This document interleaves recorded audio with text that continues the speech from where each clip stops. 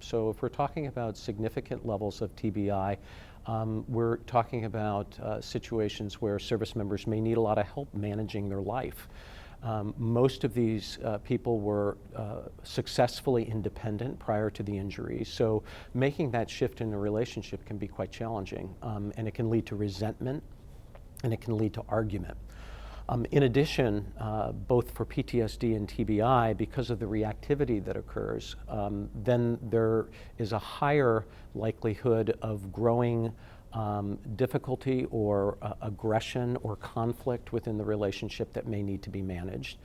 It may be confusing for the couple in understanding what it's about. In addition, because PTSD and TBI can also result in avoidance or withdrawal, then it's not uncommon to find those who suffer with those disorders withdrawing from people that they love, being less available and less able to actively participate.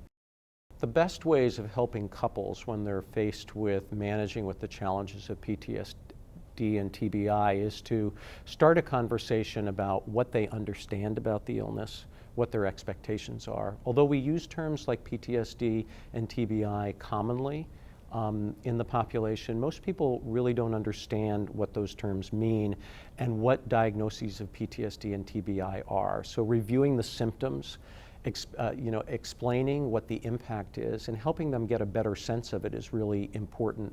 The second part is helping them better communicate about what their concerns are about the disorder and its impact. Having conversations in sharing what their emotional experiences were, helping them understand each other's perspective and developing and building a shared understanding of the illness. The other part is to recognize where the areas of challenge are, like the hot spots within the relationship, and figuring out how to manage them. So if we know that intimacy is a hot spot, or if we know that finances are a hot spot, thinking about ways of both discussing them and problem solving. Okay, how can we address this in ways without arguing about it, and coming up with solutions for us as a couple.